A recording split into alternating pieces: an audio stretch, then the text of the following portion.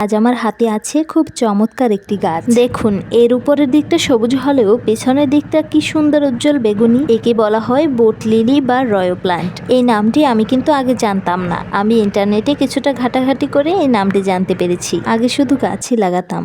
এমন অদ্ভুত সুন্দর সুন্দর নাম আমার জানা ছিল না। এই গাছটি যেমন দেখতে সুন্দর, এর যত্ন নেওয়াও ঠিক ততটাই সহজ। খুব বেশি পানির প্রয়োজন হয় না, আর রোদে রাখলে এর রং আরো ফুটে ওঠে। ঘর বা বারান্দার সৌন্দর্য বাড়াতে এর জুড়ি নেই। আপনাদের কার কার কাছে এই গাছটি আছে কমেন্ট করে জানান। আমি জানি আপনাদের কাছে বাগান করার ভিডিও ভালো লাগে, তাই আমার ভিডিওটি এই পর্যন্ত দেখেছেন। তাই ফলো এবং সাবস্ক্রাইব করতে ভুলবেন না। এর নাম হলো মশরোজ বা আমাদের দেশের টাইম ফুল। আমাদের দেশে এটা 9টা ফুল 10টা ফুল নামে বেশি পরিচিত। আপনি একে কি নামে ডাকেন অবশ্যই জানাবেন। আপনার বাড়িতে যদি অল্প যত্নে রঙের মেলা বানাতে চান তাহলে অবশ্যই বিভিন্ন রঙের মশরোজ লাগান। এই গাছ মাত্র কয়েকদিনেই আপনার বাগানকে রংধনু বানিয়ে দিতে পারবে। এটি লাগানো পৃথিবীর সব থেকে সহজ কাজ। শুধু একটি ডাল ভেঙে মাটিতে প্রতিদিন 3 দিনেই শিকড় গজাবে। এর জন্য দামি কোনো সারের প্রয়োজন নেই। সাধারণ দোআঁশ মাটিতেই খুব ভালো হয় এই গাছ। মনে রাখবেন, যত বেশি রোদ তত বেশি ফুল। আপনার সংগ্রহে থাকা মশরোজের রংটি জানিয়ে যাবেন। আমি আমার কাঠগোলাপ গাছটির একটু পরিচর্যা করব। আপনারা দেখেই বুঝতে পারছেন এটা আসলেই জঙ্গল হয়ে গিয়েছে। এই গাছটা তো আমার ভীষণ প্রিয়। বড় বড় থোকায় অনেক সুন্দর ফুল ফোটে। স্নিগ্ধ সাদা আর হলুদের ছোঁয়া, সাথে পাগল করা ঘ্রাণ। কাঠগোলাপ সাধারণত ডাল থেকেই ভালো হয়। ডালটি কেটে 3-4 দিন রোদে শুকিয়ে নিন, যাতে কষটা শুকিয়ে যায়। এরপর বালি মিশ্রিত দোআঁশ মাটিতে রোপণ করুন। এই গাছের গোড়ায় যেন একদমই জল না জমে। কাঠগোলাপ হলো রোদের ভক্ত। দিনে অন্তত 5-6 ঘন্টা রোদ পায় এমন একটি জায়গায় রাখুন। মাটি পুরোপুরি শুকিয়ে গেলেই কেবল জল দেবেন, নয়তো ডাল পচে যেতে পারে। খুব কম যত্নে বাগানকে রাজকীয় রূপ দিতে আজই একটি কাঠগোলাপ লাগিয়ে ফেলুন। কাঠগোলাপ বিভিন্ন রঙের হয়। আপনার প্রিয় কাঠগোলাপের রং কোনটি জানাতে ভুলবেন না। এবার কিছু কাটিং টিপস দেই।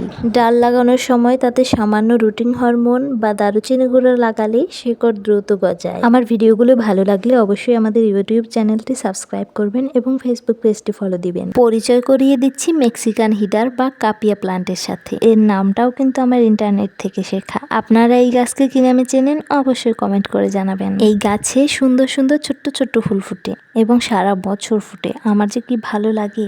অনেকে এর পাতার গঠন দেখে একে কামিনী গাছ ভেবে ভুল করেন, কিন্তু এর ফুলগুলো একে অনন্য করে তুলেছে। আমি একটি পুরনো প্লাস্টিকের বয়ামে এটি লাগিয়েছিলাম। এর বয়স সম্ভবত 5 বছর হবে। আমি মাঝে মাঝে ডাল কেটে ছোট করে রাখি। এই গাছটি ফুলও দিয়েছে অনেক। মাঝে কিছুটা যত্নের অভাবে গাছটির অবস্থা খুবই খারাপ হয়ে গিয়েছে, তাই এখন ঠিক করার চেষ্টা করছি।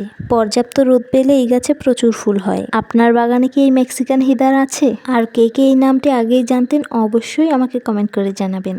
অ্যালোভেরা বা ঘৃতকুমারী এমন একটি গাছ যা একই সাথে সৌন্দর্য বর্ধনকারী এবং ঔষধি গুণে ভরপুর। বেশিরভাগ সময় এই অ্যালোভেরাকে রূপচর্চায় ব্যবহার করা হয়ে থাকে। এটা চুলের জন্য বেশ কার্যকর। যেহেতু এই গাছ পানি ধরে রাখতে সক্ষম, তাই এই গাছ লাগাতে মাটি এবং বালু মিশিয়ে ব্যবহার করতে হবে অবশ্যই। এই গাছ মরুভূমির হওয়ায় অবশ্যই পানি নিষ্কাশনের উপযোগী মাটি ব্যবহার করতে হবে, যেমন বেলে দোআঁশ মাটি। এর গোড়ায় পানি জমলে গাছটি মারা যাবে। অ্যালোভেরা উজ্জ্বল আলো পছন্দ করে। আপনার বাড়িতে একটি চারা লাগালে সেখান থেকে পাবেন অসংখ্য চারা। আর এই টবটা থেকে আমি অনেকগুলো গাছ পেয়েছি, সেগুলো আমি বিভিন্ন টবে লাগিয়ে দেব। এই টবটিতে আমি আজকে নয়নতারা গাছ লাগাবো। নয়নতারার কিন্তু ফুলের সৌন্দর্যের পাশাপাশি কিছু ঔষধি গুণও রয়েছে। এর ঔষধি গুণ এবং সারা বছর ফুল দেওয়ার জন্য এটি খুবই সমাদৃত।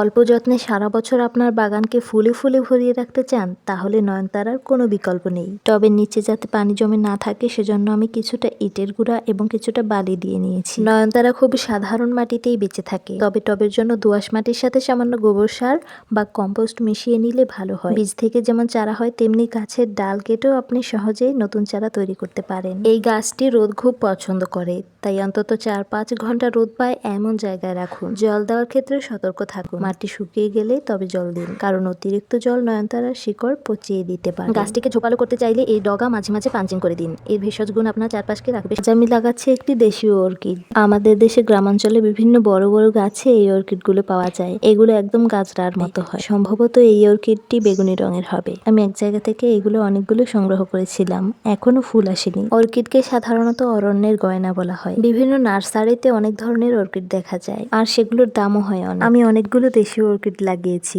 অবশ্যই ফুল আসলে আপনাদের সাথে শেয়ার করব। পাহাড়ি অঞ্চলে সাধারণত বিভিন্ন দুর্লভ অর্কিডগুলো পাওয়া যায়।